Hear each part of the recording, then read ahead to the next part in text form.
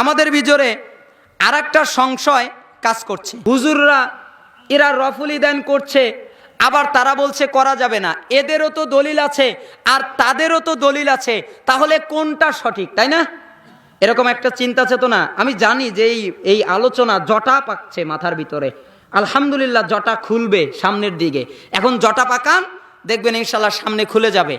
এই যে আমরা যেই সলাৎ পড়ি আপনাদের এই মসজিদে যেভাবে পড়ানো হয়, অন্য মসজিদে অন্যভাবে পড়ানো হয়। এখন প্রশ্ন হলো, তারা কি কোরআন হাদিস বোঝে না?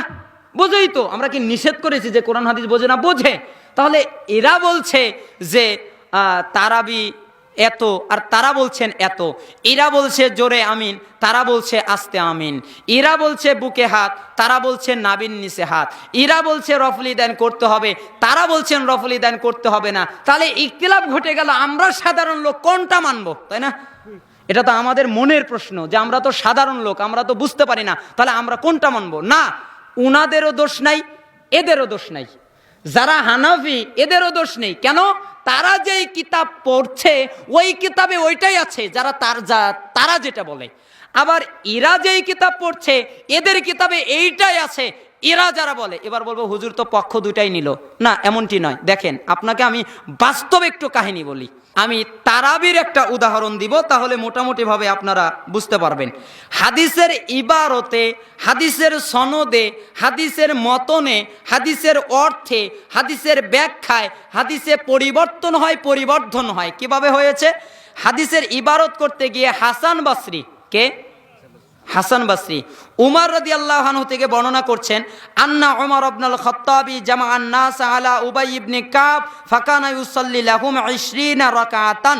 উমর রাদিয়াল্লাহু আনহু মানুষদেরকে উবাই বিন কাব এর ইমামতিতে তারাবি সালাতের জন্য লোকেদেরকে একত্রিত করেন, আর তিনি তাদের নিয়ে 20 রাকাত সালাত পড়েন।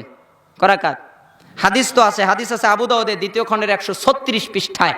আরবি যেটা মাদ্রাসায় পড়ানো হয় ওটা 2য় খণ্ডের 136। যেহেতু আলেমরা এখানে অনেকে আছেন এজন্য বলছি, সহজ হয়ে যাবে। এখন প্রশ্ন হলো, ওনারা তো ঠিকই বলেছেন যে উবাই ইবনে কাব দের লোকেদেরকে নিয়ে একত্রিত হয়ে উমর রাদিয়াল্লাহু আনহু মানুষদেরকে উবাই বিন কাবের নেতৃত্বে একত্রিত করে 20 রাকাত সালাত পড়েন তারাবি। ঠিকই তো আছে, ভুল কি? আবু দাউদ যখন আমরা পড়েছি ঠিকই তো, এটাই তো সঠিক, এটাই তো ঠিক। জি না। পরিবর্তনটা কিভাবে হলো, সমস্যাটা কিভাবে হলো দেখেন, আপনাকে আমি বোঝাচ্ছি কেন এই বিভক্তি ঘটে গেল। এটার একটা উদাহরণ এইভাবে দিচ্ছি। এই শব্দে, এই বর্ণনার হাদিসটি মাউজু, বানোয়াট এই শব্দে। কেন? যা কোনো রসুলের হাদিসের গ্রন্থে পাওয়া যায় না, কিন্তু কিছু মাযহাবপন্থী গোঁড়া আলেমদের মাধ্যমে এই হাদিসে পরিবর্তন করা হয়। এই হাদিসে যেই পরিবর্তন করা হয়েছে তা হচ্ছে, হাদিসে ছিল 20 লাইলাতান, 20 রাতের কথা। কয় কথা? 20 রাতের কথা উল্লেখ ছিল। কিন্তু এই হাদিসকে আমাদের সমাজে বিভক্তি করার জন্য কিছু লোক ওই 20 রাত্রের জায়গায় 20 রাকাতান, 20 রাকাত করলো। এবার প্রশ্ন হলো, কে করলো, কবে করলো? অবশ্যই আমি সেটা বলবো। প্রকৃত হাদিসটি এভাবে ছিল, আন্না উমর ইবনুল খাত্তাবি জামাআন নাস আলা উবাই ইবনে কাব ফাকানা ইউসাল্লি লাহুম 20 লাইলাতান। উমর রাদিয়াল্লাহু আনহু মানুষদেরকে উবাই ইবনে কাবের নেতৃত্বে তাদেরকে একত্রিত করলেন, আর তিনি 20 রাত তারাবি পড়লেন। কয় রাত? 20 রাত। 20 রাকাতান, 20 লাইলাতান। এই রাকাতান শব্দটা লাইলাতানের জায়গায় বসানো হলো। কে বসালো? আর আমরা যদি এই হাদিসটা নেই, তবু এই হাদিসটি জয়ীফ। কারণ হাসান বসরি উমর থেকে কোনো হাদিস বর্ণনা করে নাই। এই প্রসঙ্গে আল্লামা তুরকাবি, উনি হানাফি মাযহাবের একজন বিখ্যাত আলেম, উনি তুরকামানি, উনি বলছেন যে শোনো, তাল আল জাওহারুন নাকি ইবনে তুরকামানির 2য় খণ্ডের 491 পৃষ্ঠায় উনি বলছেন যে হাসান বসরি উমরের সাক্ষাৎ পায়নি, কারণ উমর রাদিয়াল্লাহু আনহুর খিলাফতের 2 বছর বাকি থাকতে উনি জন্মগ্রহণ করেন। তাহলে 2 বছরের একজন শিশু কিভাবে উমরের থেকে হাদিস বর্ণনা করেন? কয় বছরের শিশু?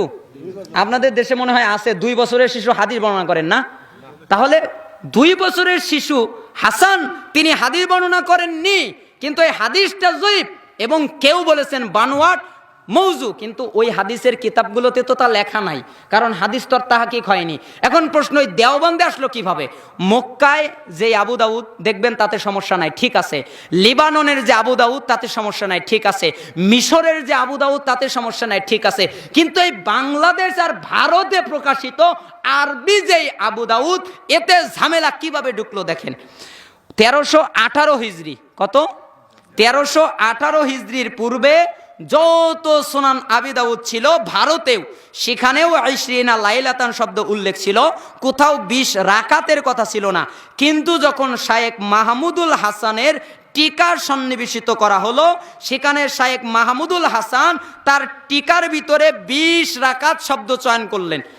মনে করেন, মূলত হাদিস আরবি কিতাবের একটা বৈশিষ্ট্য আছে, মাঝখানে হাদিস থাকে, চতুর্দিকে টিকা থাকে। ওই শায়েখ মাহমুদুল হাসান ওই টিকার ভিতরে 20 রাকাত শব্দ লিখে দিলেন, হাদিসের ভিতরে নয়। হাদিস লাইলাতান ঠিকই আছে, কিন্তু যখন আবার এই কপিটা ছাপা হলো, শায়েখ ফখরুদ্দিন হাসানের টিকা যখন সন্নিবেশিত আবার নতুন করে হলো, তখন কি করলেন, ওই যে টিকার ভিতরে যে হাদিস, ওইটা মূল হাদিসের ভিতরে ঢুকিয়ে দিলেন। এরপরে ওই হাসিয়ায় লেখা ছিল 20 লাইলাতান, ওই 20 রাত হাসিয়ায় ঢুকিয়ে দিলেন, আর 20 রাকাত ওই ভিতরে ঢুকিয়ে দিলেন, মানে পরিবর্তন হয়ে গেল। এরপরে যখন এইটা পরবর্তীতে যখন পাকিস্তানের করাচিতে বিদ্যমান ইদারাতুল কোরআন ওয়াল উলুমিল ইসলামিয়া প্রেস কর্তৃক সুনানে আবু দাউদ ছাপানো হয়, তখন তারা এর পরিবর্তে শব্দ সংমিশ্রণ করে কপি ছাপায়, যাতে করে নিজেদের পক্ষের ভিতর একটা বানায়। ওই কপিটাই এখন বাংলাদেশে চলছে। এখন আপনাকে সঠিকটা দেখতে হলে 1318 হিজরির আগের আবু দাউদ দেখতে হবে, তাই না? সমস্যা এইভাবে ঘটে। দেখেন, আর একটা আপনাদের চমৎকার আমি উদাহরণ দেখাই। যেমন রাসূলুল্লাহ সাল্লাল্লাহু আলাইহি ওয়াসাল্লামের একটা হাদিস আছে, যেটা হচ্ছে আমাদের নাভির নিচে হাত বাঁধাকে কেন্দ্র করে। কিভাবে? হাদিসটা এই রকম আছে, আন আলকামাত ইবনে ওয়াইল ইবনে হুজুর আন আবিহি ক্বাল রাআইতুন নাবিয়্য সাল্লাল্লাহু আলাইহি ওয়াসাল্লাম ওয়া দাআ ইয়ামিনু আলা শিমালিহি ফিস সালাহ। আলকামা তার পিতা থেকে বর্ণনা করেন, তিনি বলেন, আমি নবী সাল্লাল্লাহু আলাইহি সাল্লামকে সালাতে ডান হাত বাম হাতের উপরে রাখতে দেখেছি। কিসে? সালাতের ভিতরে ডান হাতকে বাম হাতের উপরে রাখতে দেখেছি। মুসান্নাফ ইবনে আবি শাইবা প্রথম খণ্ডের 390 পৃষ্ঠায় এই হাদিসটা আছে। সনদ ঠিক আছে, সনদে কোনো ঝামেলা নাই। এখন পর্যন্ত ওই হাদিসের যদি সনদ আপনি যাচাই করেন, সনদ ঠিক আছে, কিন্তু কি হয়েছে, এই হাদিসের সনদ ঠিক, কিন্তু মতন ঠিক নাই। কেন? মতনের ভিতরে পরিবর্তন ঘটানো হয়েছে। কিভাবে? এই হাদিসটা যখন ইন্ডিয়ার হায়দ্রাবাদ কর্তৃক 1966 ইংরেজি অর্থাৎ 1387 হিজরি প্রথম সংস্করণ, এবং মুম্বাই কর্তৃক 1979 ইংরেজি 1399 হিজরি দ্বিতীয় সংস্করণ ছাপানো হয়, তখন উক্ত সালাতে হাদিসটি ঠিকমতো ছাপানো হয়। কিন্তু যখন পাকিস্তানে আসে, করাচির ইদারাতুল কোরআন ওয়াল উলুমুল ইসলামিয়া প্রেসে আসে, তখন ওই হাদিসের সাথে একটা শব্দ লাগিয়ে দেওয়া হয়, ওয়াদা ইয়ামিনা ওয়া আলা শিমালি ফিস সালাহ তাহতা সুররে। নবী সাল্লাল্লাহু আলাইহি সাল্লাম সালাতে বাম হাতের উপরে ডান হাত রেখে নাভির নিচে রাখতেন। এই তাহতা সুররা যোগ করে দেওয়া হয়, এর আগে ছিল না। তাহলে এই যে পরিবর্তন, এই যে পরিবর্ধন, এই পরিবর্তন আর পরিবর্ধনকে আমরা যারা আলেম হয়েছি খোঁজার চেষ্টা করি না, এই জন্য মনে করি এটাই হক। কারণ এই মুসান্নাফ ইবনে আবি শাইবা এর সনদ ঠিক আছে, সনদ ঠিক, কিন্তু মতনে ঝামেলা। কিসে ঝামেলা? মতনে ঝামেলায় তাহাতা সুররা শব্দটি লাগিয়ে দেওয়া হয়েছে। আপনাদের রাগ করতেছেন? বা রাগ করেন, আমি কিন্তু আসলে কারো বিপক্ষে নেওয়ার জন্য কথা বলছি না। সঠিক যেটা সেটা আপনি নাভির নিচে পড়েন, আপনাকে আমি না করি না, পড়েন। আপনাকে বলছি না যে নাভির নিচে হাত বাঁধলে সালাত হবে না, এই ফতোয়া আমি দিতে পারবো না, কারণ এটা হচ্ছে একটা সুন্নাত মুস্তাহাব। নাভির নিচে যদি সলাতে হাত বাঁধে সলাত হয়ে যাবে, যদিও নেকি কম হয়, ঠিক না? রফুল ইদান যদি নাও করে সলাত হয়ে যাবে, যদিও নেকি কম হবে।